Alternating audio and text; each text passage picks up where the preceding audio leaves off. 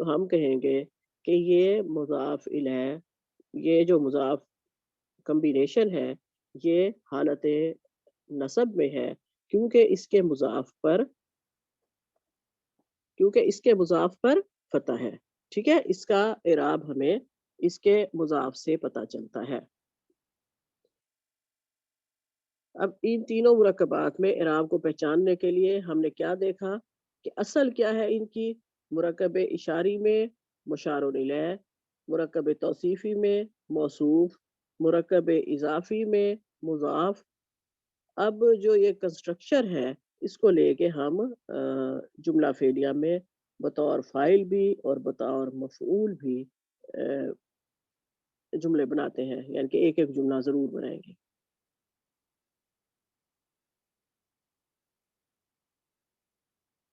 اب یہ جو پہلا ہمارا کیا ہے کمبینیشن، حاضل ولدو، کیونکہ یہ جو ہم یہ مرکب جاری کیا ہے یہ آپ کو میں نے بتا دیا کہ یہ صرف متعلق کے فعل بن کر آئے گا، یہ فاعل مفعول نہیں بن سکتا۔ اب حاضل ولدو اور حاضل ولدا، اب حاضل ولدو کو جملہ بنائے بطور فاعل رکھ کے، کوئی بنائے گا؟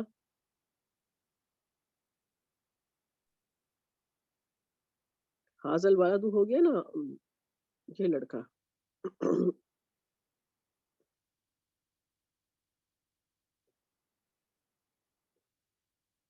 مثلا ہم کہہ دیتے ہیں ناصرہ،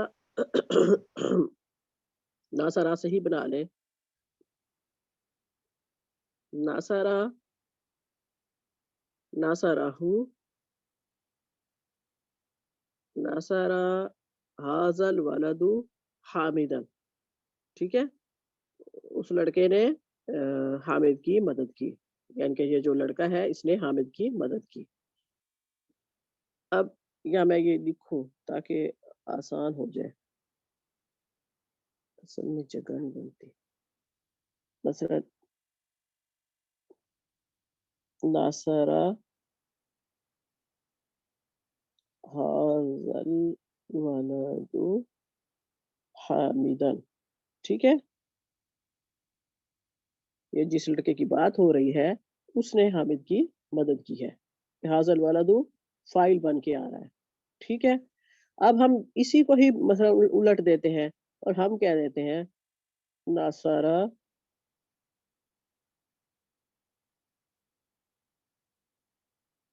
حامد حاضل ولدا، تو کیا ہو گیا؟ اب یہ ایز اے مفعول آ گیا ہے، سمجھ آ رہی ہے نا؟ یعنی کہ حاضل ولدو فاعل تھا اور حاضل ولدا مفعول آیا ہے، دونوں میں اسم اشارہ استعمال ہو سکتے ہیں، یعنی کہ مرکب اشاری فاعل مفعول دونوں میں استعمال ہو سکتا ہے۔ اب آگے تھا الولد الطویل، اسی کو ہی بنا لیں، مثلا لمبے لڑکے نے کیا کیا؟ لمبے لڑکے نے اس کو مارا، مارنے والا لمبا لڑکا ہے نا، تو کیا آئے گا؟ مارنے کی کیا ہوتی ہے؟ ضربہ، ضربہ، اس کو مارا، الولد الطویل، اس پہ طویل پہ دمہ ہوگی، والدو پہ دمہ ہوگی، تو سمجھ جائیں کہ یہ مارنے والا فاعل ہے، اس لمبے لڑکے نے مارا ہے کس کو؟ ضربہ، اس لڑکے کو، یعنی کہ اس میل کو۔ اب یہاں یہ فاعل بن کے آ رہا ہے۔ اب اگر ہم اسی کو ہی الٹ دیتے ہیں جیسے ہم نے اوپر والے سینٹینس کو الٹا تھا، تو کیا بنے گا؟ ضرب،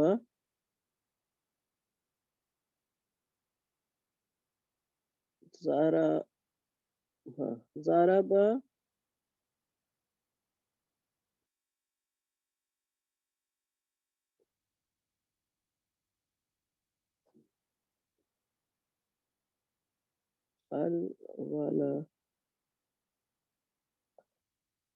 الولد الطویل، آپ کو پتہ ہے یہاں ہو لکھنے کی ضرورت نہیں ہوگی کیونکہ ضاربہ کے اندر ہوا کی ضمیر ہے. پہلا اور آخری جو ہوتا ہے، پہلا اور چوتھا وہ ظاہر کے ساتھ بھی استعمال ہو سکتے ہیں، کوئی بھی ہو، 2 3 4 5. یا مثلا ہم یہاں یہ بھی کہہ سکتے ہیں کہ زید اور حامد نے اس لمبے لڑکے کو مارا. ضربہ زید و حامد الولد الطویلہ. یہ فتح اس لیے بول رہی ہوں ملا نہیں رہی تاکہ آپ کو سمجھ آ جائے کہ دونوں پہ ہی فتح ہے. ٹھیک ہے، اب یہاں یہ مفعول بن کے آ رہا ہے. ایک اور کمبینیشن کیا ہے؟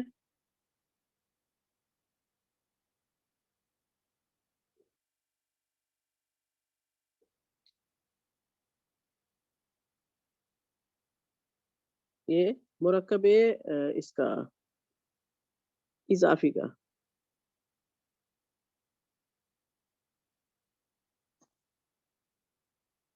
ہاں، اب یہ کیا ہے؟ ابن زید اور ابنا زید. اب اس کو ہم نے مرکب اضافی کو فاعل یا مفعول دونوں میں استعمال کرنا ہے. ابن زید، زید کا بیٹا. ٹھیک ہے، زید کا بیٹا، زید کے بیٹے نے اس کی مدد کی. ٹھیک ہے، اب کیا آئے گا؟ ہے ناصرہ. ناصرہ ہاں ناصرہ ہوں، ہاں ابن بالکل جیسے اوپر تھا ناصرہ ہوں ابن زید ابن زیدین.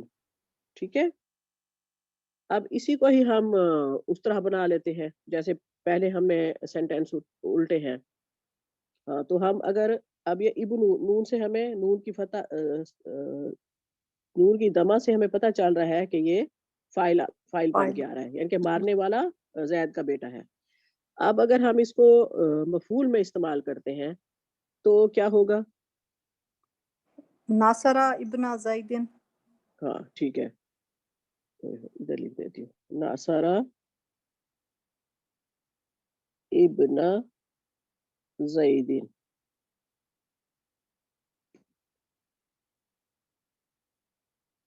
ہاں اچھا، اس میں یہ جو ناصرہ ابن زیدین، اس میں وہ جو میں نے کمبینیشن کروایا تھا کہ فاعل اور مفعول ظاہر اور ضمیر دونوں میں ہو سکتے ہیں، ان چاروں میں سے کوئی ایک کمبینیشن آئے گا. اس سینٹینس میں کون سا کمبینیشن استعمال ہوا ہے فاعل اور مفعول کا؟ ظاہر ہے ضمیر ہے؟ کون سا ظاہر ہے کون سا ضمیر ہے؟ بتائے کوئی. اس میں جو وہ ہے ابن زیدن وہ ظاہر ہے اور ہو ضمیر ہے. ابن زیدن فاعل ظاہر ہے اور ہو کی ضمیر ہے مفعول ضمیر ہے. ٹھیک ہے، اب اس کو جب ہم نے الٹا تو وہ بھی الٹ گیا کہ فاعل وہ ہو گیا ضمیر ہو گیا اور ابن زیدن مفعول ظاہر ہو گیا. یہ چاروں کمبینیشن اسی طرح سینٹینس میں مکس ملیں گے جب بھی ہم قرآن شریف پڑھیں گے یا کہیں بھی ہم کوئی عربی کی کوئی چیز پڑھیں گے. یہ چاروں کمبینیشن ان چاروں مرکبات کے ساتھ ضرور آئیں گے. ٹھیک ہے، چاروں نہیں بلکہ 3، کیونکہ مجرور کے ساتھ تو اس کا اپنا ایک وہ سٹیٹس ہے کہ وہ متعلق بن کے آتا ہے، فاعل مفعول نہیں بنتا. لیکن باقی یہ جو تینوں ہیں ان میں ضمیر اور ظاہر کی صورت میں فاعل اور مفعول ہو سکتے ہیں، دونوں ظاہر بھی ہو سکتے ہیں، دونوں ضمیر بھی ہو سکتے ہیں، اور یہ مرکبات ان میں اس طرح استعمال ہوتے ہیں. یہ آپ کوشش کریں کہ قرآن مجید کی آیات جب آپ پڑھ رہے ہوتے ہیں ڈیلی کا قرآن مجید، تو اس میں جو چیز آپ نے گرامر کی پڑھی ہوتی ہے نا پورا ہفتہ، وہ اس میں سے نوٹ کیا کریں. اب اگلے ہفتے جو آپ اگلی چیز پڑھتے ہیں اس کو ان آیات میں نوٹ کیا کریں، اور ضرور ہوتی ہیں، یہ نہیں ہو سکتا کہ نہ ہو وہ چیزیں، کبھی زیادہ کبھی کم لیکن ہوتی ضرور ہے. تو اس طرح پھر آپ کی گرامر جو قرآن پہ اپلائی ہوگی یا آپ کو سمجھ آنے لگ جائے گا قرآن، تو فائدہ اس کا ہوگا انشاءاللہ. میں ابھی یہ کہنے ہی لگی تھی کہ جب ابھی ہم تفسیر کریں گے تو اس میں جہاں جہاں یہ آئیں گے تو ذرا تھوڑا تھوڑا آپ ساتھ بتا دیں کہ یہ والا آ گیا، یہ والا آ گیا، تو ساتھ ہی جی پریکٹس. کبھی کبھی مجھے خیال آ جاتا ہے تو بتا دیتی ہوں، ورنہ نہ آئے خیال تو لگی ہوئی ہوں تفسیر میں تو پھر خیال نہیں کرتی. لیکن ان کمبینیشنز کا آپ نے ضرور خیال کرنا ہے تاکہ جو ہم یہ پڑھتے ہیں قرآن تو ہمیں پتہ بھی چلے کہ ہم کیا کر رہے ہیں. اچھا اب ہم انشاءاللہ تفسیر کی طرف جاتے ہیں. سبحانک اللہم و بحمدک نشہد ان لا الہ الا انت نستغفرک و نتوب الیک. اچھا ایک اور بات کہ میں نے تو یہ مفرد ناؤن کے ساتھ کروائے ہیں یا جو ضمیریں بھی استعمال کی ہیں تو وہ بھی مفرد کی ہیں, لیکن مثنیٰ اور جمع کے ساتھ بھی اس کی آپ نے پریکٹس کرنی ہے. مثلا جیسے ایک لڑکے کی بات ہوئی, آپ 2 کی بات کریں, 3 کی کریں, یا جیسے زید کے بیٹے نے اس کی مدد کی تو یہ ایک لڑکا ایک کی مدد کر رہا ہے تو آپ کہیں کہ زید کے بیٹوں نے ان 2 لوگوں کی مدد کی, یا اس کے 3 بیٹوں نے 3 4 5 6 لوگوں کی مدد کی یعنی کہ جمع کے ساتھ. تو اس طرح کوشش ضرور کیجیے گا. اس ٹائم اتنا ٹائم نہیں ہوتا کہ بہت زیادہ ڈسکس کیا جائے.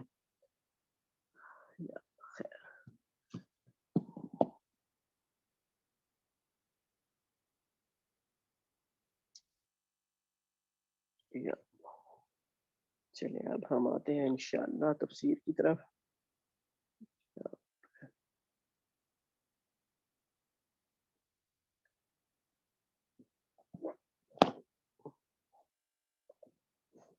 تفسیر ہم نے دوسرے سپارے کا 15واں رکوع کرنا ہے سورہ بقرہ میں.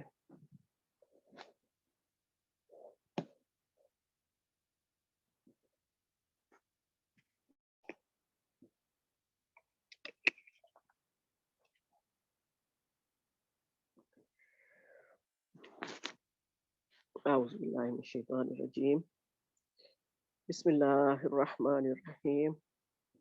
ربنا ارنا الحق حقا وارزقنا اتباعه وارنا الباطل باطلا وارزقنا اجتنابه. آمین یا رب العالمین. ربنا زدنا علما ربنا زدنا علما ربنا زدنا علما. رب یسر ولا تعسر وتمم بالخیر. آمین یا رب العالمین.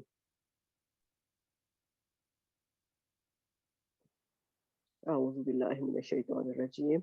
بسم اللہ الرحمن الرحیم. لا جناح نہیں کوئی گناہ علیکم تم پر, ان اگر طلقتم النساء تم طلاق دے دو اپنی عورتوں کو, ما لم نہیں تم نے تمسوہن چھوا ان کو, او تفردوا لہن اور نہ فرض کیا ہے ان کے لیے فریضتاً فریضہ یعنی کہ مہر, اور نہ ہی ان کا مہر مقرر ہوا ہے. یہ چھونے کی بات صرف ہاتھ سے ٹچ کرنے کی نہیں ہو رہی, اس کا مطلب یہ ہے کہ بیوی کے ساتھ جو تعلق ہوتا ہے وہ قائم ہوا یا نہیں ہوا, اس کی بات ہو رہی ہے. وَمَتِّعُوهُنَّ اور متاع دو فائدہ دو ان کو, عَلَى الْمُوسِعِ وسعت والا, قدرہ اپنی حیثیت کے حساب سے, عَلَى الْمُقْتِرِ قدرہ اور جو مقتر ہے یعنی کہ کمزور ہے یا غریب ہے وہ اپنی حیثیت کے حساب سے فائدہ ضرور دینا ہے عورت کو. متاعا بالمعروف فائدہ پہنچانا ہے معروف طریقے سے, حقا علی المحسنین یہ محسنین پر لکھ دیا گیا ہے یعنی کہ واجب ہو گیا ہے. اچھا آپ نے دیکھا کہ ہم نے یہ سارے عورتوں کے حقوق آ رہے ہیں تقریباً زیادہ. کسی غیر ملکی رائٹر نے کیا اسلام قبول اور پھر اس نے جب قرآن کا یہ تفسیر وغیرہ ترجمہ کیا لکھی بھی صحیح تو اس نے کہا کہ اگر میں اس کو پہلے پڑھتا اس کتاب کو تو میں یہ سوچتا کہ شاید یہ کسی عورت نے لکھی ہے, اس میں عورتوں کے اتنے حقوق ہیں, اور لیکن دیکھو صحیح مسلمان عورتوں کو وہ پھر بھی راضی نہیں ہے. یہ ہم سارا پڑھتے آ رہے ہیں, نکاح کے مسائل پڑھے, پھر طلاق کے, پھر عدت کے یعنی کہ بیوہ کی, اب متعلقہ کی, یہ سارا ابھی ٹاپک چل رہا ہے. السلام رضاعت کے علیکم. مسائل آئے, رضاعت کے مسائل آئے. جی کون سی آیت ہے باجی؟ آیت کا نمبر بتاؤں؟ ہاں جی 236 ہے آیت کا نمبر، اوکے سورہ بقرہ میں دوسرے سپارے میں 15واں رکوع ہے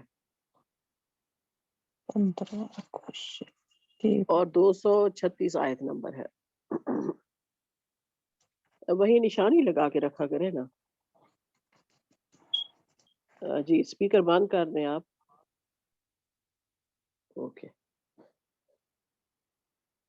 تمہارے لیے کوئی گناہ کی بات نہیں اگر اپنی بیویوں کو ہاتھ نہیں لگایا اور ان کا مہر مقرر کرنے سے پہلے ہی طلاق دے دو اور انہیں کچھ مال بطور متاع دے دو، یعنی کہ متاع فائدہ دے دو۔ خوشحال آدمی اپنی حیثیت کے مطابق اور تنگ دست اپنی حیثیت کے مطابق، یہ متاع مناسب مقدار میں ہو اور بھلائی کرنے والوں پر واجب ہے۔ اچھا، اس آیت کریمہ میں ایسی عورت کو طلاق دینے کا حکم ہوا ہے یعنی کہ جس کے شوہر نے ابھی اس سے مباشرت نہیں کی اور نہ ہی اس کا مہر مقرر ہوا تھا۔ ہوتا تھا یا ہوتا ہے بھی صحیح کہ لڑکیاں ابھی چھوٹی تھیں اور ان کے ولی نے ان کا نکاح کر دیا، لیکن ہوا یہ کہ اب جس سے نکاح ہوا تھا اس نے بڑے ہو کے یہ کہا کہ مجھے اس لڑکی سے شادی نہیں کرنی، اور وہ اس کو طلاق دینا چاہ رہا ہے۔ نہ تو چھوٹے ہوتے جب نکاح ہوا تھا کسی نے کوئی مہر بھی مقرر نہیں کیا تھا، آپس میں یہ زیادہ تر تو نزدیکی رشتہ داروں میں ہوتا ہے، اور نہ ہی یقیناً وہ اس کے گھر آئی ہے۔ تو اب کیا ہے، مرد کو یہ حکم دیا جا رہا ہے کہ وہ اپنی حیثیت کے حساب سے اس کو ضرور کوئی فائدہ پہنچائے، یعنی کہ یہ صرف اور صرف اس لڑکی کی اور اس کے گھر والوں کی دل جوئی کے لیے ہے کہ ضرور اس کو فائدہ پہنچایا جائے، جو تکلیف اس کو طلاق لینے سے پہنچی ہے اس کا کچھ نہ کچھ مداوع ہو سکے۔ اگلی آیت ہے وَإِن طَلَّقْتُمُوهُنَّ، اور اگر تم انہیں طلاق دے دو، من قبل، اس سے پہلے، ان تمسوهن، کہ تم نے ان کو چھوا ہو، وقد فرضتم لهن، اور یقیناً فرض کر دیا، لکھ دیا، لہن، ان کے لیے، فریضتاً، مہر، یعنی کہ تم نے ان کو چھوا تو نہیں ہے لیکن مہر لکھ دیا گیا تھا۔ فَنِصْفُهُ، پس اس کا آدھا دو، ما فرضتم، جو تم نے فرض کیا تھا، یعنی کہ جو تم نے مہر لکھا تھا، الا، مگر، ان یعفونا، او ان یعفونا، کہ معاف کر دے، مگر یہ کہ وہ معاف کر دے، یعنی کہ وہ عورت خود معاف کر دے، او یعفو، یا وہ معاف کر دے، الذی، جو، بیدہ، ہاتھ میں ہے اس کے، عقدۃ النکاح، نکاح کی گرہ، ٹھیک ہے۔ وَأَن تَعْفُوا، اور اگر تم معاف کر دو، اقرب للتقوی، تو یہ تقوی کے زیادہ قریب ہے۔ وَلَا تَنْسَوُا الْفَضْلَ بَيْنَكُمْ، وَلَا، اور نہیں، تنسوا، تم بھولو، الفضل، فضل کو، بینکم، ایک دوسرے کے درمیان۔ ان اللہ، بے شک اللہ، بما تعملون بصیر، جو تم دیکھ کر رہے ہو اس کو دیکھ رہا ہے۔ اچھا، آپ لوگوں نے پتہ نہیں یہ بات نوٹ کی ہے کہ نہیں کی، یہ جتنے رکوع بھی ہم پیچھے یہ پڑھ رہے ہیں ان مسائل کے، ان رکوعوں میں یہ آیت حقوق کے بعد ضرور آئی ہے۔ اس کا بھی ایک مقصد ہے، ابھی میں انشاءاللہ تفسیر میں بتاؤں گی۔ اچھا، اب یہ کیا ہے، اور اگر تم نے انہیں ہاتھ لگانے سے پہلے طلاق دے دی، اب یہ دوسری کیٹیگری کی عورت ہے، اور ان کا مہر مقرر ہو چکا تھا، تو انہیں مقررہ مہر کا آدھا دو گے، ٹھیک ہے، الا یہ کہ وہ معاف کر دے، یعنی کہ وہ عورت خود معاف کر دے، یا وہ معاف کر دے جس کے اختیار میں عقد زواج ہے، نکاح کی گرہ ہے۔ اس کی بھی آگے دو باتیں ہیں۔ اور تمہارا معاف کر دینا تقوی کے زیادہ قریب ہے۔ اس بات کو ذرا خاص طور پہ دیکھیں کہ یعنی کہ اس طرح کے حالات میں بھی جب مرد عورت علیحدہ ہو رہے ہیں، طلاق دی جا رہی ہے، عام طور پہ غصہ ہوتا ہے، نفرت ہوتی ہے، اس میں بھی اللہ تعالیٰ اللہ سے ڈرنے کی بات کر رہا ہے کہ اگر تم آپس میں ایک دوسرے کو معاف کر دیتے ہو تو یہ تقوی کے زیادہ قریب ہے، یعنی کہ آپ متقی ہیں جو معاف کرے گا۔ اور آپس میں خیر خواہی کرنا نہ بھولو، یعنی کہ جب عورت کو آپ رخصت بھی کر رہے ہیں طلاق دے کے تو بھی اس کے ساتھ خیر خواہی کرنا نہ بھولو، اس کو اس طرح رخصت کرو جیسے گھر سے مہمان کو رخصت کیا جاتا ہے۔ اور پیچھے ہم پڑھ چکے ہیں کہ جتنا کچھ دے دلا چکے ہو تم واپس لینے کے حقدار نہیں ہو، نہ لو واپس۔ اس کے واپس لینے پہ بلکہ وعید بھی ہے، جیسے کتا الٹی کر کے تھوک دیتا ہے اور پھر اس کو چاٹتا ہے۔ بے شک اللہ تمہارے کاموں کو دیکھ رہا ہے۔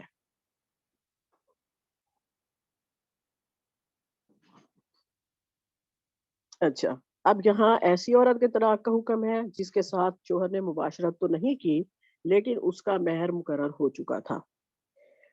اب جتنا مہر مقرر ہوا تھا اللہ تعالیٰ نے یہ فرمایا کہ اس کا نصف آپ ضرور دیں گے، یہ دینا لازم ہے۔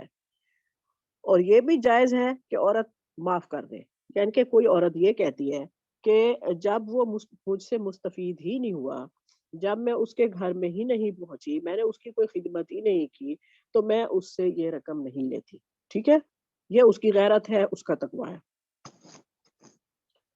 لیکن اگر مرد یہ بات کہتا ہے کہ جو میں نے مہر مقرر کیا تھا وہ میں اس کو پورا دوں گا، ٹھیک ہے، یہ اس کی عظمت ہے، یعنی کہ وہ یہاں یہ ثابت کرے گا کہ جس جس لڑکی کے ساتھ میرے ہاتھ سے زیادتی ہوئی ہے تو میں اس کو پورا مہر دیتا ہوں۔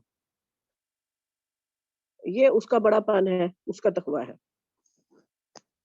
اگر عورت چاہے تو معاف بھی کر سکتی ہے، یعنی کہ جو عورت آدھا مہر اللہ تعالیٰ نے لکھ دیا ہے اس کو دینے کا، وہ چاہے تو وہ بھی نہ لے، یہ اس کی مرضی ہے۔ اور اگر لڑکی بالغ نہیں ہے یعنی کہ نابالغ ہے، اس کو کوئی معاملہ کرنا بھی نہیں آتا، تو اس کا ولی یعنی کہ باپ بھائی جس نے اس کا نکاح کیا تھا، دادا، تو وہ شوہر سے مہر نہ لے، جو نصف اللہ تعالیٰ نے کہا ہے معاف کر دے، تو یہ بھی تقوی کے زیادہ قریب ہے۔ یعنی کہ یہ جو آیت تھی او یعفو الذی بیدہ عقدۃ النکاح، یعنی کہ یا وہ بھی معاف کر دے جس کے ہاتھ میں نکاح کی گرہ ہے۔ اس کے دو معنی ہیں، ایک تو یہ کہ لڑکی کا ولی، اس کے ہاتھ میں لڑکی کی طرف سے نکاح کی گرہ تھی، ٹھیک ہے، وہ معاف کر دے، یا پھر یہاں یہ خود وہ مرد بھی ہو سکتا ہے جس کو اللہ تعالیٰ نے طلاق کا اختیار دیا تھا۔ عورت کے ہاتھ میں نکاح کی گرہ نہیں ہے، مرد کے ہاتھ میں ہے، اس کو اختیار تھا طلاق دینے کا۔ اب جب وہ نکاح کی گرہ کھول رہا ہے، طلاق دے رہا ہے، اس کو توڑ رہا ہے، تو وہ پھر یہ کرے کہ یہ اس کی طرف سے مہربانی ہوگی، اس کا بڑا پن ہوگا، اس کی عظمت ہوگی کہ وہ یہ کہے کہ اللہ تعالیٰ نے مجھے کیونکہ قوام بنایا تھا تو میں اس بڑائی کا مظاہرہ کرتے ہوئے سارا مہر اس کو دوں گا، میں یعنی کہ معاف کر رہا ہوں اس کو کہ یہ مجھے آدھا مہر جو دینا تھا میں اس کو پورا دیتا ہوں۔ یہ اب وہ خود بھی کہہ سکتا ہے، یعنی کہ ان دونوں میں سے کوئی بھی احسان کا معاملہ کرے گا تو یہ تقوی کے بہت زیادہ قریب ہے۔ اور پھر تقوی کے قریب ہونے، عمل احسان کرنے کے بعد اللہ تعالیٰ یہ بھی فرما رہے ہیں کہ اگر وہ ایک دوسرے کو معاف کر دیتے ہیں تو جو معاف کرے گا وہ زیادہ بہتر ہوگا لینے والے سے۔ ٹھیک ہے، میرے خیال میں پوری سمجھ آ گئی ہوگی۔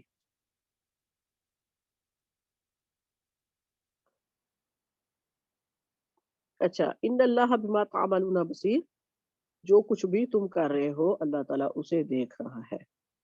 اسی طرح کی آیات پچھلے 4 5 6 رکوع ہم نے جو کیے ہیں ان کی اینڈ پر تقریباً یہ آیت آتی ہے۔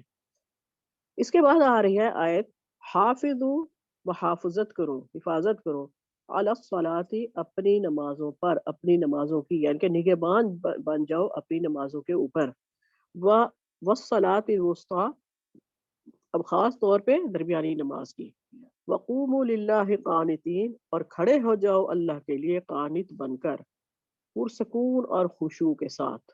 قانت کے دو معنی ہیں، سکون ہونا اور خشوع ہونا۔ اب دیکھیں یہ اچانک اللہ تعالیٰ نے بیچ میں نماز کی بات کیوں کر دی، اور وہ بھی اس آیت کے بعد جب اللہ تعالیٰ نے یہ کہا کہ اللہ تعالیٰ دیکھ رہا ہے جو تم کرتے ہو۔ اب یہ جو نماز ہے یہ، اور وہ خاص طور پہ خشوع و خضوع کے ساتھ پڑھنے کی بات ہو رہی ہے، تو اس کا مطلب یہ ہے کہ جو اللہ کے سامنے خشوع و خضوع رکھتا ہے، جو اللہ کے سامنے پرسکون کھڑا ہے، جو اللہ کو اپنا سب کچھ مانتا ہے، جس کے دل میں خشوع و خضوع ہے، عاجزی ہے، انکساری ہے، وہی ان سب باتوں کو جو پیچھے اللہ تعالیٰ نے فرمائی ہے یا حکم دیے ہیں یا واجب کی ہے، وہی ان کو پورا کر سکتا ہے۔ یہ نماز کی بات اللہ تعالیٰ نے بیچ میں اس لیے کی۔ اب اس میں فرض نماز کی تاکید بھی آ جاتی ہے، ٹھیک ہے، یعنی کہ پانچوں نمازوں کو حفاظت کرنی ہے، محافظت کرنی ہے ان کی، اپنے وقت پر پڑھنا، قبلہ رخ ہونا، پاک صاف ہونا، بہت ساری باتیں اس میں ہیں۔ ان سب کی کیئر کرنا نماز کی حفاظت کرنے میں آتا ہے، اور یعنی کہ اس کے جو شروط ہیں، ارکان ہیں، ان کو بہترین طریقے سے ادا کرنا، خشوع و خضوع کے ساتھ اور سکون کے ساتھ۔ اس کے جو نماز کے تمام واجبات ہیں اور مستحبات ہیں ان کا خیال رکھ کے نماز پڑھنا۔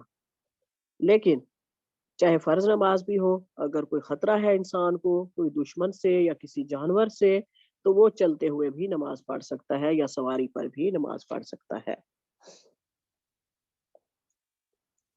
اور اس حالت میں پھر کیا ہے کہ قبلہ رخ ہونے کی بھی ضرورت نہیں ہے، کیونکہ خطرہ ہے، آپ قبلے کی طرف منہ نہیں کر سکتے۔ لیکن جب خطرہ زائل ہو جائے تو پھر مکمل نماز پڑھنا، اگر وقت تھا تو اس نماز کو آپ دوبارہ پڑھ لیں، اور پھر اس وقت قبلے کا خیال بھی کرنا ہے، ارکان و واجبات کا، مستحبات کا، ہر چیز کا خیال کرنا ہے۔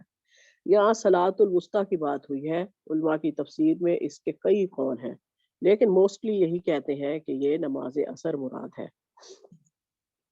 احادیث سے بھی یہ بات ثابت ہوتی ہے۔ صحیحین میں حضرت علی رضی اللہ عنہ کی حدیث ہے کہ نبی کریم صلی اللہ علیہ وسلم نے غزوہ خندق کے دن کہا کہ اللہ تعالیٰ ان کے دلوں اور گھروں کو آگ سے بھر دے جس طرح انہوں نے ہمیں صلاۃ وسطیٰ سے مشغول کر دیا، یہاں تک کہ آفتاب غروب ہو گیا۔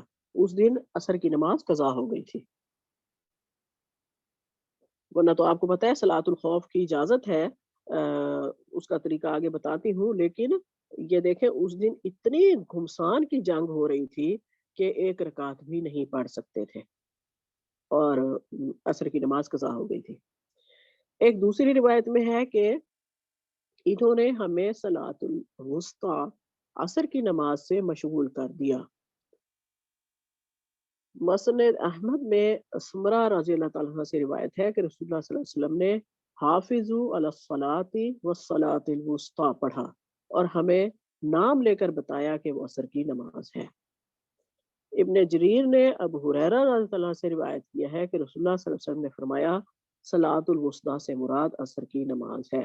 اب یہ اتنی ساری احادیث ہیں، ایک بھی ہو تو بھی کافی تھی۔ اب اس کا کیوں کہا، خاص طور پہ عصر کی نماز کا کیوں کہا؟ کیونکہ جو یہ عصر کا وقت ہوتا ہے، اور آپ کو پتہ ہے کہ اب لائٹس ہیں، سارا کچھ ہے نا، پہلے تو یہ ہوتا تھا کہ عصر کے ٹائم تک لوگ اپنے سارے کام ختم کر دیتے تھے روشنی روشنی میں، کیونکہ پھر اندھیرا ہو جائے گا تو وہ کام نہیں کر پائیں گے۔ یہ دن کا اختتام ہوتا ہے، اور سب لوگ اس ٹائم اپنے کاموں کو جلدی سمیٹ رہے ہوتے ہیں، اور جو کاروبار کرنے والے ہیں وہ بھی جلدی سمیٹ رہے ہوتے ہیں کیونکہ پھر انہوں نے واپس جانا ہے، اور جو نوکریوں والے ہیں وہ بھی عصر تک تقریباً سب لوگ واپسی کی طرف جا رہے ہوتے ہیں۔ تو جب وہ جاب سے یا نوکری سے یا دکان سے کہیں سے انسان نکل رہے ہیں تو انہیں چاہیے کہ نماز پڑھ کے نکلیں، یہ نہ کہیں کہ گھر جا کے پڑھیں گے اور گھر پہنچنے تک چاہے وہ قضا بھی ہو جائے۔ اس کے چھوٹ جانے کا کیونکہ احتمال زیادہ تھا، خطرہ زیادہ تھا، اور زیادہ ہے بھی صحیح، تو اسی وجہ سے اس نماز کو اللہ تعالیٰ نے یہاں مینشن کیا، ورنہ تو کوئی بھی نماز چھوٹے گی تو اس کے لیے وہی وبال ہے جو عصر کی نماز چھوٹنے کا ہے۔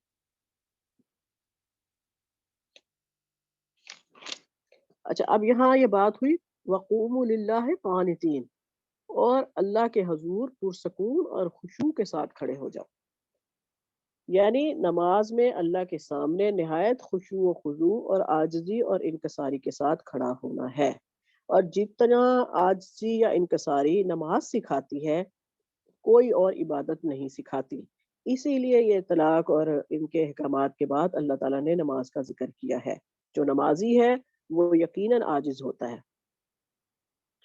اور اللہ تعالیٰ کے حضور کھڑا ہونا یعنی کہ یہ اس بات کے لیے بدرجہ اولا ہے کہ نماز میں خاموشی کے ساتھ کھڑے ہوں، کسی کے ساتھ بات نہ کریں، ادھر ادھر نہ دیکھیں. کیونکہ جب اسلام آیا تھا اور صحابہ کرام فرماتے ہیں کہ ہم شروع میں نماز میں کوئی اہم بات ہوتی تھی تو ایک دوسرے کے ساتھ بات بھی کر لیتے تھے، لیکن پھر آپ صلی اللہ علیہ وسلم نے نماز میں بات کرنے سے منع فرمایا. یعنی کہ جب آپ لوگ نماز پڑھ رہے ہو، حضرت عبداللہ ابن مسعود رضی اللہ عنہ سے روایت ہے کہ رسول اللہ صلی اللہ علیہ وسلم نے فرمایا جب آپ نماز پڑھ رہے ہو تو سوری حدیث اس طرح ہے کہ عبداللہ ابن مسعود رضی اللہ عنہ نے رسول پاک صلی اللہ علیہ وسلم نماز پڑھ رہے تھے تو انہوں نے آپ صلی اللہ علیہ وسلم کو سلام کیا، اور آپ صلی اللہ علیہ وسلم نے نماز کے دوران جواب نہیں دیا، اور نماز ختم کرنے کے بعد فرمایا کہ نماز میں آدمی اللہ کی جانب مشغول ہوتا ہے. یعنی کہ ویسے تو آپ کو پتہ ہے کہ جب کسی کو سلام کرو تو لازم ہے اس سلام کا جواب دینا چاہے کچھ بھی ہو جائے، لیکن اگر آپ صلی اللہ علیہ وسلم نے نماز میں جواب نہیں دیا اٹ مینس کہ دنیا کا کوئی کام بھی نماز میں نہیں کرنا.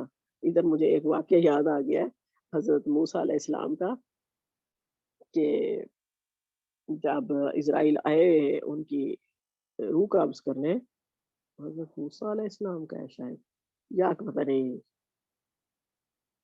یا پھر لقمان حکیم کا ہے، مجھے اب یہ بھی یاد نہیں آ رہا، بہت بچپن میں پڑھا تھا کہ انہوں نے نا اپنے جیسے 8-10 بنائے پتلے اور ان میں خود بھی کھڑے ہو گئے نا.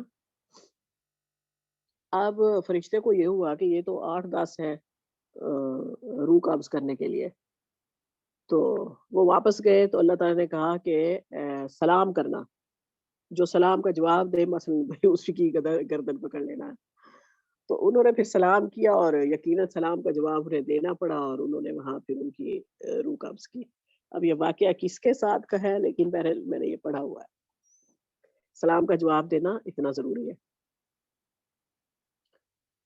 اور معاویہ بن الحکم سالمی رضی اللہ عنہ سے نے جب نماز میں بات کی تو رسول اللہ صلی اللہ علیہ وسلم نے ان سے کہا کہ نماز میں بات کرنا جائز نہیں.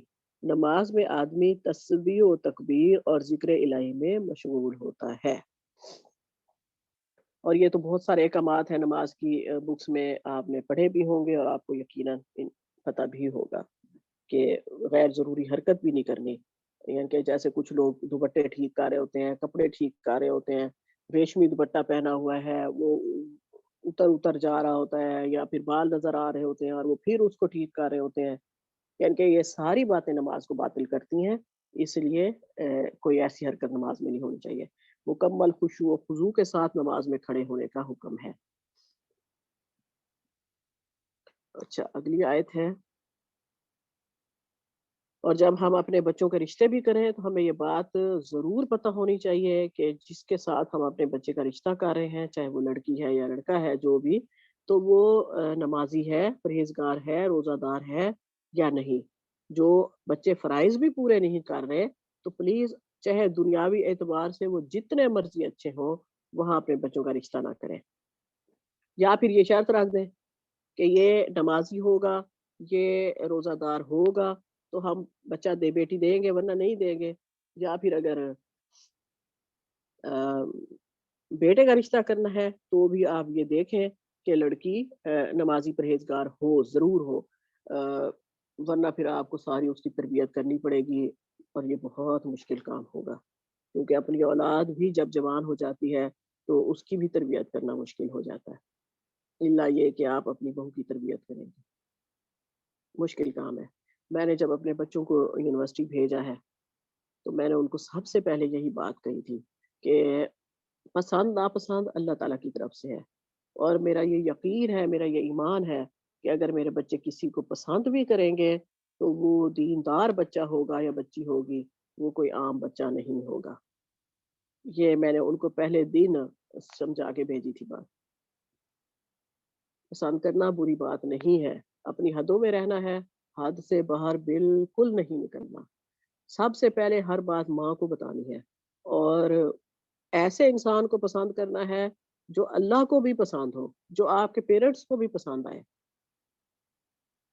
کیونکہ ہم اپنی اتنی پریشیس اولاد، اتنی انمول چیز کسی ایرے غیرے کو نہیں سونپیں گے۔ یہ الفاظ میں نے اپنے بچوں کو سمجھا کے بھیجے۔ آپ کو اس لیے بتا رہی ہوں کہ یقیناً آپ کے بھی بچے بڑے ہو رہے ہیں، بڑے ہو بھی گئے ہوں گے کئی لوگوں کے، تو پلیز یہ باتیں ضرور بچوں کے دل میں ڈال دیں۔ باقی حفاظت کی دعائیں تو ہم ان کی کرتے ہی رہتے ہیں ہمیشہ۔ اعوذ باللہ من الشیطان الرجیم۔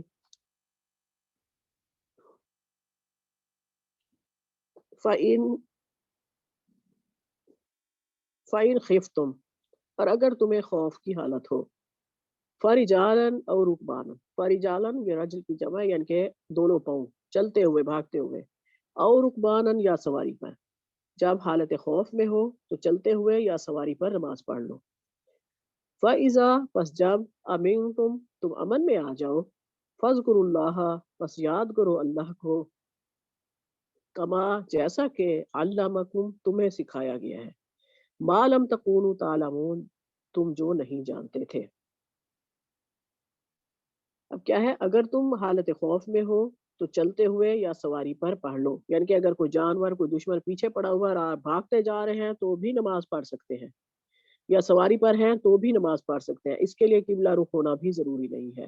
اور جب امن آ جائے تو اللہ کو یاد کرو جس طرح اس نے تمہیں سکھایا اور جو تم پہلے نہیں جانتے تھے۔ یعنی کہ جب نماز فرض ہوئی تو حضرت جبرائیل علیہ السلام نے آپ صلی اللہ علیہ وسلم کو نمازیں پڑھائی تھیں، اول وقت میں ایک دن ساری نمازیں، اور اگلے دن آخری وقت میں ساری نمازیں، اور پھر یہ فرمایا کہ بیسٹ ان کے درمیان کا سارا ٹائم ہے۔ اب یقیناً جبرائیل علیہ السلام آپ صلی اللہ علیہ وسلم کے نماز کے استاد ہیں، اور یقیناً وہ اللہ کے حکم سے ہی آپ کو سکھانے آئے تھے۔ اسی لیے اللہ تعالیٰ نے فرمایا کہ اس طرح پڑھو جس طرح تمہیں سکھایا گیا ہے، ٹھیک ہے؟ یعنی کہ اللہ تعالیٰ نے ہی سکھایا ہے آپ صلی اللہ علیہ وسلم کو، جبرائیل علیہ السلام کو بھیج کر۔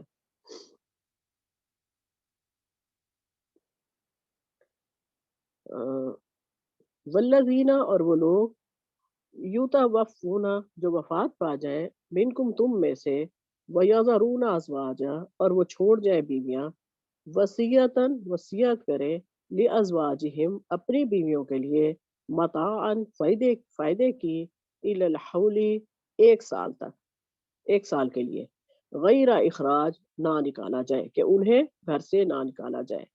فَإِنْ خَرَجْنَا، پس اگر وہ نکلیں، یعنی کہ وہ عورتیں خود نکلیں، فلا جناح، پس نہیں کوئی گناہ، علیکم تم پر، فی میں ما جو، فعلنا وہ فعل کریں، وہ کام کریں، فی انفسہن اپنی جانوں کے لیے، اپنے آپ کے لیے، من معروف معروف طریقے سے، واللہ عزیز حکیم، اور اللہ زبردست اور حکمت والا ہے۔ اور تم میں سے جو وفات پا جائیں اور اپنے پیچھے اپنی بیویاں چھوڑ جائیں، وہ اپنی بیویوں کے لیے وصیت کر جائیں کہ وہ سال بھر فائدہ اٹھائیں، اور انہیں شوہر کے گھر سے نکالا نہ جائے۔ اگر وہ خود ہی نکل جائیں اور نکاح کے بارے میں مناسب انداز میں کچھ کریں، کیونکہ فی ما فعلنا فی انفسہن من معروف، معروف طریقے سے، اچھے طریقے سے کوئی کام کرنا چاہیں، یہ نہ ہو کہ فحاشی کرنے کے لیے گھر سے نکلیں، تو تم پر کوئی گناہ نہیں، اور اللہ زبردست اور بڑا صاحب حکمت ہے۔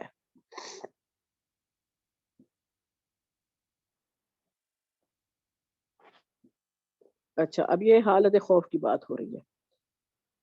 حالت جنگ میں بھی نماز پڑھنے کا حکم ہے، لیکن اللہ تعالیٰ اس کی کیفیت بیان کر رہے ہیں۔ پچھلی اس میں کیونکہ قانتین کا لفظ آیا تھا، تو اب جو حالت جنگ ہے یا حالت خوف ہے، اس میں انسان قانت نہیں ہو سکتا، یعنی کہ پرسکون طریقے سے خشوع و خضوع کے ساتھ کھڑا نہیں ہو سکتا۔ اور جو بھی ارکان و واجبات ہے یا سنن و مستحبات ہے ان کی رعایت نہیں کر سکتا۔ اسی لیے اللہ تعالیٰ نے فرمایا کہ اس حالت میں چلتے ہوئے یا سواری پر بھی نماز پڑھ سکتے ہو، چاہے قبلہ رخ ہو یا کسی اور طرف ہو۔ امام مالک نے نافع سے روایت کیا ہے کہ ابن عمر رضی اللہ عنہ نے حالت خوف میں پڑھے جانے والی نماز یعنی کہ صلاۃ الخوف کی کیفیت بیان کرتے ہوئے فرمایا کہ اگر خوف اس سے بھی زیادہ شدید ہو تو چلتے ہوئے یا سواری پر نماز پڑھو، چاہے قبلہ رخ ہو یا کسی اور طرف۔ نافع کہتے ہیں کہ میں سمجھتا ہوں کہ انہوں نے یہ رسول پاک صلی اللہ علیہ وسلم کی حدیث بیان کی تھی، یعنی کہ بے شک اس وقت انہوں نے یہ الفاظ نہیں بولے تھے کہ آپ صلی اللہ علیہ وسلم نے فرمایا، لیکن یہ حدیث کے الفاظ ہی تھے۔ اچھا، اور آگے ہم نے یہ پڑھا کہ اب دیکھیں پھر یہ بیویوں کے بارے میں بات آ گئی ہے کہ جو مرد وفات پا جائے اور اپنی بیویاں چھوڑ جائیں تو وہ اپنی بیویوں کے لیے وصیت کر سکتے ہیں۔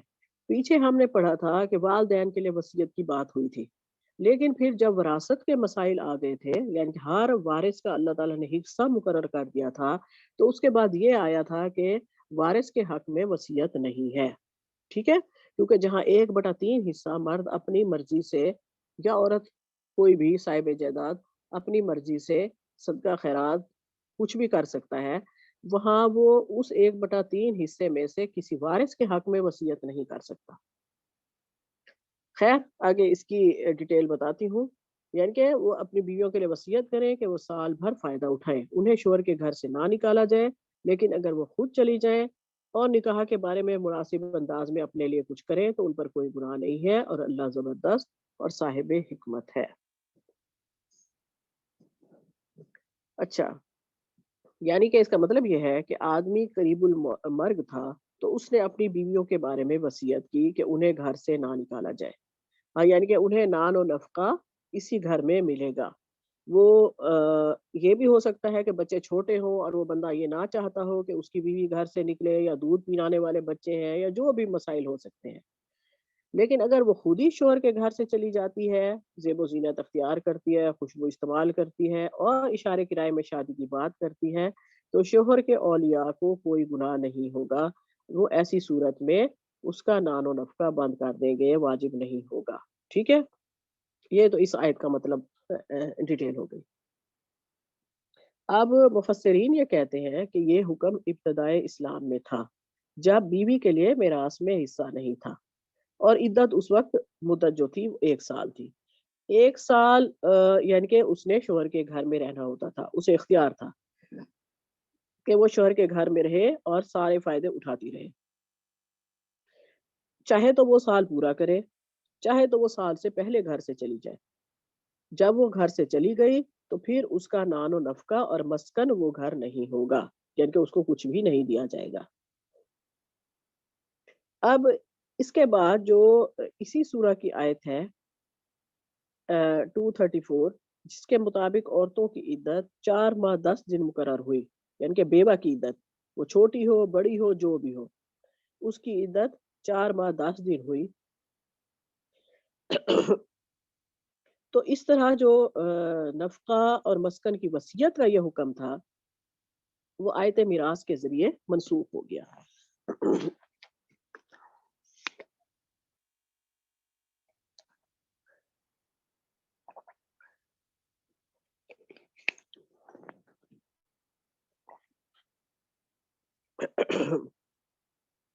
اب جب وہ یہ حکم منسوخ ہوا ہے، کیونکہ میراث میں بیوی کا حصہ ہے اور بیوی کو اپنے شوہر کی پوری جائیداد میں سے یا 1/8 ملے گا یا 1/4 ملے گا، پتہ ہے آپ کو، یعنی کہ جو کلالہ ہے جس کے کوئی ورثہ نہیں ہے اس کی بیوی کو 1/4 حصہ ملتا ہے، اور جو اولاد والا ہے، ورثہ والا ہے، تو اس کی بیوی کو 1/8 حصہ ملتا ہے، اور اگر بیویاں 2 3 4 ہیں تو وہی 1/8 ان میں تقسیم ہوگا یا وہی 1/4 ان میں تقسیم ہوگا۔ یہ وراثت کے مسائل میں سے ہے۔ اب شیخ الاسلام ابن تیمیہ اور حافظ ابن کثیر وغیرہ کی یہ رائے ہے کہ یہ آیت محکم ہے، منسوخ نہیں ہے۔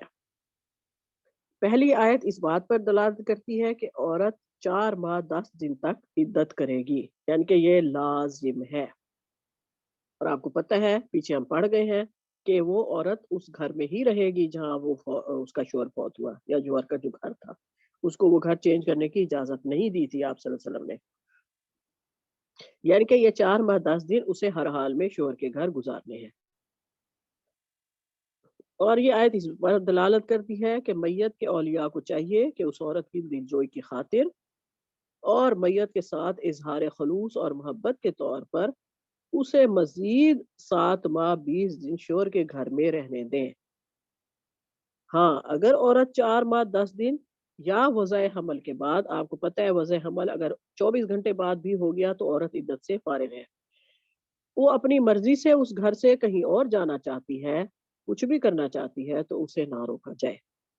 اب یہ دو وہ تھے جو میں نے آپ کے سامنے بیان کر دیے ہیں، وما علینا الا البلاغ، یعنی کہ واللہ عالم بالصواب جو تھا وہ لکھا ہوا میں نے وہی بتایا ہے۔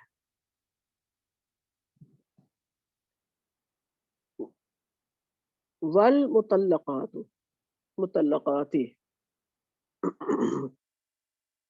اچھا یہ نا ڈاکٹر صاحب کا میں سن رہی تھی، یہی اس پچھلی آیت کی تفسیر میں ہی آتا ہے کہ کلکتہ کی عدالت میں کوئی شاہ بانو نام کی کوئی لیڈی تھی، اس کا کوئی کیس تھا اور یہی مسلمانوں کے آئلی قوانین ہی تھے، تو اس عدالت نے یہ کہہ دیا تھا کہ بے شک خامد نے طلاق دی ہے، کوئی امیر ہوگا، صاحب حیثیت ہوگا، لیکن وہ لڑکی شاید اتنی وہ ہوگی کہ اس نے اس طرح کا فیصلہ کروا لیا اس کے وکیلوں نے کہ اس کا شوہر جو ہے اس کو ساری زندگی جب تک وہ لڑکی زندہ ہے نان و نفقہ دے گا، خرچہ دے گا۔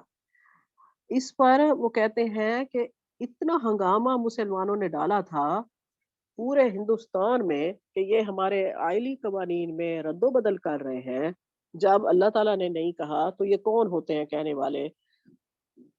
عدت 4 ماہ 10 دن ہے، یا حد 1 سال کی بات بھی یہ دیکھیں اس آیت میں آئی ہے، تو وہ ساری زندگی کیوں دے نان نفقہ جب وہ اس عورت کو طلاق دے چکا ہے، وہ اس کے گھر میں بھی نہیں ہے، اس سے وہ کوئی فائدہ بھی نہیں اٹھا رہا۔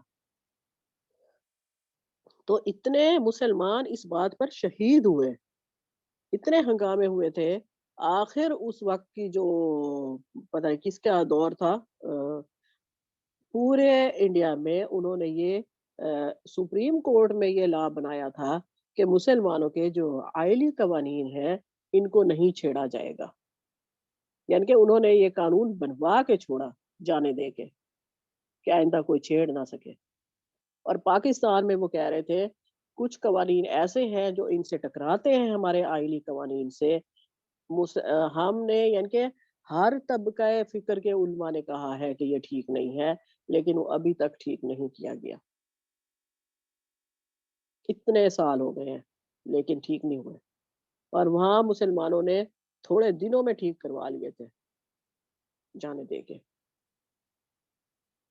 یعنی کہ یہ لا بنوا لیا تھا کہ آئلی قوانین کو نہیں چھیڑا جائے گا۔ اچھا یہ اس رکوع کی آخری آیت ہے، وَلِلْمُطَلَّقَاتِ اور متعلقہ عورتوں کے لیے متعاون فائدہ اٹھانا ہے بالمعروف، معروف طریقے سے، فائدہ یعنی کہ دینا ہے، حقاً علی المتقین، اور ایسا کرنا متقین پر واجب ہے، اور متعلقہ عورتوں کو عرف عام کے مطابق خرچ دیا جائے، یہ اللہ سے ڈرنے والوں پر واجب ہے۔ کذالک، اسی طرح یبین اللہ، بیان کرتا ہے اللہ، لکم، تمہارے لیے، آیاتہ، اپنی آیات کو، لعلکم تعقلون، تاکہ تم عقل سے کام لو۔ اچھا اس آیت میں ان لوگوں کے لیے دلیل ہے جو ہر متعلقہ عورت کے لیے متاع یعنی کہ فائدہ پہنچانے کو واجب قرار دیتے ہیں، یعنی کہ متاع کا مطلب یہ ہے کہ طلاق کے بعد مہر کے علاوہ عورت کو کچھ دیا جائے۔ ابھی ہم نے اسی رکوع میں پہلے پیچھے پڑھا ہے کہ تم پر کوئی گناہ نہیں ہے اگر تم نے عورتوں کو چھوئے بغیر طلاق دی اور ان کا حق مہر بھی مقرر نہیں ہوا تھا، تو جو صاحب اقتدار ہے، قدرت والا ہے، وہ اپنی حیثیت سے، اور جو غریب ہے وہ اپنی حیثیت سے ان کو فائدہ پہنچائے، اور یہ محسنین کے لیے لکھ دیا گیا ہے۔ ان حقا علی المحسنین، محسنین پر واجب ہے۔ یہ کچھ لوگوں کا خیال یہ ہے کہ ہر طلاق والی عورت کو شوہر کوئی کچھ نہ کچھ فائدہ پہنچائے گا مہر کے علاوہ، مہر بھی دے گا اور فائدہ بھی پہنچائے گا، اور کچھ کا یہ خیال ہے کہ یہ جو فائدہ پہنچانا ہے یہ ہر عورت کے لیے واجب نہیں ہے، جس کو مہر مل چکا ہے، شوہر نے مہر دے دیا اور اس نے اس سے مباشرت بھی نہیں کی تھی، جس عورت سے مباشرت نہیں کی تھی تو اس کو آدھا ملے گا نا مہر، لکھا گیا تھا لیکن مباشرت نہیں ہوئی تھی تو اس کو آدھا مہر ملے گا، اور جس عورت سے صرف نکاح ہوا تھا، مباشرت بھی نہیں ہوئی، مہر بھی نہیں لکھا ہوا تھا اور طلاق ہوئی تو اس کو فائدہ پہنچانا ہے، ٹھیک ہے، یہ ہم پیچھے پڑھ چکے ہیں پچھلی آیت میں، تو اس کے لیے تو مستحب ہے، یعنی کہ جس کے ساتھ نہ مباشرت ہوئی نہ مہر مقرر ہوا تھا، اس کو شوہر چاہے تو بلکہ دے، واجب ہے اس کے لیے کہ وہ اس عورت کو فائدہ پہنچائے، باقیوں کے لیے فائدہ پہنچانا مستحب ہے، یعنی کہ باقی کسی بھی قسم کی عورت کو طلاق دی جس کو مہر آدھا ملا ہے یا جس کو مہر پورا دیا ہے، تو اس کو اگر وہ کوئی فائدہ پہنچاتا ہے تو وہ مستحب ہے، وہ اس پر واجب نہیں ہے، واللہ عالم بالصواب، وما علینا الا البلاغ، سبحانک اللہم وبحمدک، نشہد ان لا الہ الا انت، نستغفرک ونتوب الیک۔ اب ہم نے یہاں تھوڑی سی قسمیں پڑھی تھیں طلاق والی عورتوں کی، وہ کوشش کریں کہ اس بات کو آپ یاد رکھا کریں، یعنی کہ وہ عورت جس کو صرف نکاح ہوا تھا، کوئی فائدہ خاوند نے حاصل نہیں کیا اس سے، اور اس کا نکاح بھی مقرر نہیں ہوا تھا، تو اس کو صرف خاوند فائدہ پہنچائے گا، وہ اس کے لیے واجب ہے۔ جس لڑکی سے نکاح ہوا تھا، مباشرت نہیں ہوئی لیکن حق مہر لکھا گیا تھا تو اس کو آدھا ملے گا، جس سے نکاح ہوا اس سے مباشرت بھی ہوئی، ٹھیک ہے، اور طلاق ہو گئی لیکن حق مہر ابھی نہیں لکھا گیا تھا تو اس کو مہر مثل دیا جائے گا۔ مہر مثل یہ ہوتا ہے جو اس کی بہنوں کو یا اس کی پھوپھیوں کو یا اس کی خالہوں کو خاندان میں آلریڈی مل چکا ہے، وہ مہر اس لڑکی کو دیا جائے گا جس کا مہر نہیں لکھا گیا تھا لیکن شوہر اس سے فائدہ اٹھا چکا ہے۔ اور چوتھی اور آخری قسم کیا ہے کہ عورت سے نکاح ہوا تھا، شوہر نے فائدہ بھی اٹھایا، حق مہر بھی لکھا ہوا تھا، تو اس کو اس کا جو حق مہر لکھا ہوا تھا وہ پورے کا پورا دیا جائے گا۔ یہ 4 ٹائپ کی عورتیں تھیں طلاق والی، اور الحمدللہ اللہ تعالیٰ نے ان چاروں کو ڈسکس کیا ہے۔ وما علینا الا البلاغ، سبحانک اللہم وبحمدک، نشہد ان لا الہ الا انت، نستغفرک ونتوب الیک۔ یا اللہ، یا رحمان، یا رحیم، یا الہ العالمین، یا اکرم الاکرمین، یا ذا الجلال والاکرام، میرے مولا، میرے مالک، میرے داتا، ہم سب پر اپنی رحمتوں کی خاص الخاص بارش کرنا۔ یا اللہ، جو میں نے بتایا میرے مولا تو جانتا ہے کہ میں عالم فاضل نہیں ہوں، جو تیار کرتی ہوں ان تفسیروں میں سے ہی تیار کرتی ہوں، یا ڈاکٹر صاحب کی تفسیر سنتی ہوں، میرے مولا اپنی طرف سے میں کچھ بھی نہیں بولتی، اگر مجھ سے کوئی غلطی کوئی کوتاہی ہو جائے میرے مولا تو وہ شیطان کی طرف سے ہے، میری جہالت ہے، میری کم علمی ہے، مجھے معاف کر دینا، اور جو میں نے اچھا بتایا اس کو ہمارے دلوں پر نقش کر دے، سننے والوں کے بھی۔ اللہم ارحمنی بالقرآن واجعلہ لی اماما ونورا وہدی ورحمہ، اللہم ذکرنی منہ ما نسیت وعلمنی منہ ما جہلت وارزقنی تلاوتہ آناء اللیل واطراف النہار واجعلہ لی حجتا یا رب العالمین، آمین یا رب العالمین۔ ربنا آتنا فی الدنیا حسنۃ وفی الآخرۃ حسنۃ وقنا عذاب النار۔ رب زدنی علما، رب زدنی علما، رب زدنی علما، رب ارحمہما کما ربیانی صغیرا، رب ارحمہما کما ربیانی صغیرا، رب ارحمہما کما ربیانی صغیرا، ربنا هب لنا من ازواجنا وذرياتنا قرة اعين واجعلنا للمتقين اماما، ربنا هب لنا من ازواجنا وذرياتنا قرة اعين واجعلنا للمتقين اماما، اللهم احسن عاقبتنا في الامور كلها واجرنا من خزي الدنيا وعذاب الاخرة، اللهم إنا نسألك من خير ما سألك منه نبيك محمد صلی اللہ علیہ وسلم. یا اللہ ہم تجھ سے وہ سب بھلائیاں مانگتی ہیں جو تیرے نبی صلی اللہ علیہ وآلہ وسلم نے تجھ سے مانگی ہیں. آمین یا رب العالمین. ربنا تقبل منا انك انت السميع العليم وتب علينا انك انت التواب الرحيم. وصلی اللہ تعالی علی خیر خلقہ محمد وآلہ واصحابہ اجمعین برحمتک یا ارحم الراحمین. آمین ثم آمین. لا الہ الا اللہ محمد رسول اللہ. السلام علیکم ورحمۃ اللہ وبرکاتہ.